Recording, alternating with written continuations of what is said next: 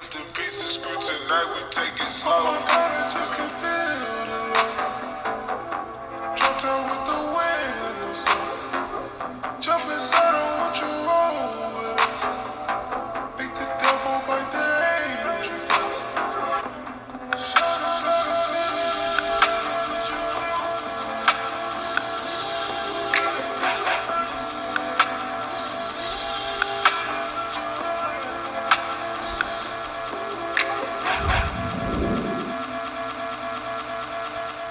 Hey everyone, it's me coming to you, Carly, and I am back with a video that is going to be a little bit more instructional or informative, however you want to put it. And today I'm going to be talking about hair porosity. So if you already know, if you've been following me for a while, you know that my hair is high porosity, but if you don't know, now you know.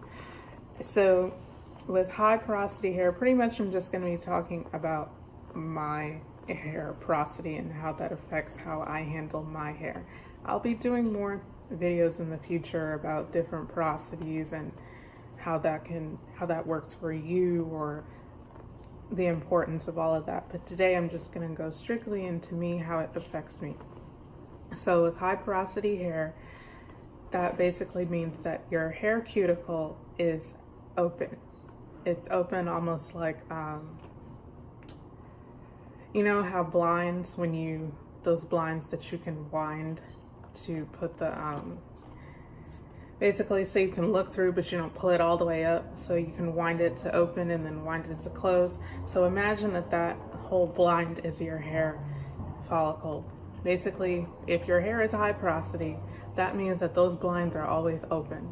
Therefore, of course, you can bring in whatever you want to bring in. So of course your hair loves moisture. You need moisturizing things to get in there. It's easily going to get in. However, the fact that it stays open, it's easily going to get right out. So high porosity hair, the easy thing to remember, the follicles are always open, which means it's easy to put things in it, but it's not easy to keep them in. So what do you do with that as far as what do I do with it as far as washing my hair?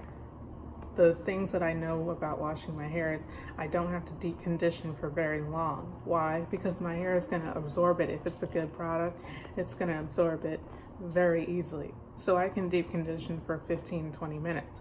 Sometimes I do it longer just because I'm lazy and I just let it sit there, but the work has already been done within about 20 minutes. It's done. The primary thing that you want to keep in mind if you have high porosity hair, the one thing to help your hair is cold water. So when you finish, or when I finish my deep conditioners, I always rinse out with as cold water as I can stand, even if it is almost freezing cold, because that helps my hair to close.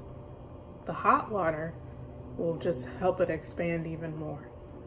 So the cold water kind of contracts, just like if you put ice on your face, your pores will close. It does the same thing with your hair. So I do that to help seal in the good things that the deep conditioner has done. Again, I know my hair is still naturally going to open up over time. So what do I do to keep it soft and moisturized? I'm going to, again, go back to using a good leave-in conditioner, something that is very moisturizing, something where the main ingredients are water or aloe, and that's for the leave-in.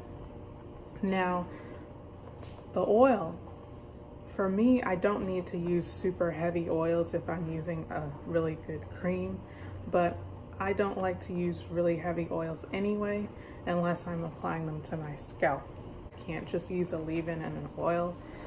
I need to use a cream or a really, really good moisturizing gel. Now, you will not find too many moisturizing gels that work for type 4 hair. Why? Because most gels that do work for type 4 hair are either going to have alcohol in them to give you that good hold, or you may find some other ones that do work, but of course your styles will not last as long, especially if you're doing a wash and go. It will not last as long. It's gonna frizz up. And that's something that you have to debate about for yourself.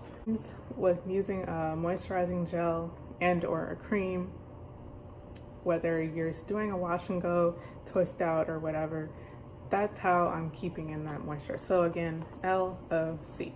You do what works best for your hair. Just because you may have high porosity hair does not mean that you would follow my exact regimen in entirety and expect the same results. You have to do what works for your hair.